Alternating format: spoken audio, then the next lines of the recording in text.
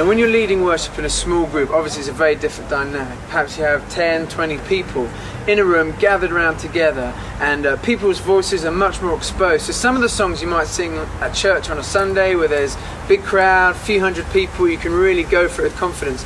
You might need to adjust how you play it. For example, How Great Is Our God. Now usually it's in the key of B, so I'd play it capo 4, G. So you have this kind of, how great is our God, sing with me, how great is our God.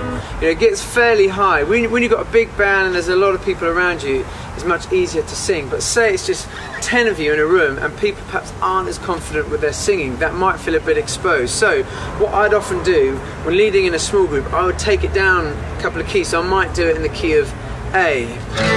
How great is our God. Or even if I'm feeling really nervous about having too many notes that are high, you could go into the key of G. How great is our God. Sing with me, how great. Do you see what I mean? It just moves everything into a much more comfortable key where everyone would definitely be able to sing it and people can really focus on worshiping rather than being nervous whether their voice is going to crack when it comes to the big money notes. Now another example, a song actually I wrote, which sometimes do at church, again we really go for a big anthemic kind of thing, is a song called Everything. So you've got this verse, God in my living, there in my dreaming, God in my watching, God in my waiting. And then the chorus is, firstly it's down an octave, be my everything, be my everything,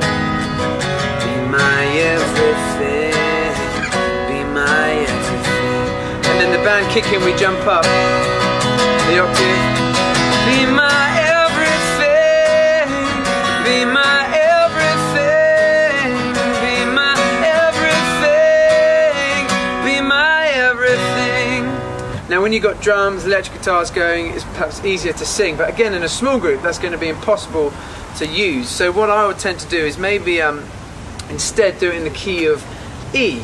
So I might do, or actually probably in the key of D. So I'd bring it capo 2, I'd play it in the key of C, but that makes it D. Don't tell me how to explain it, it just does.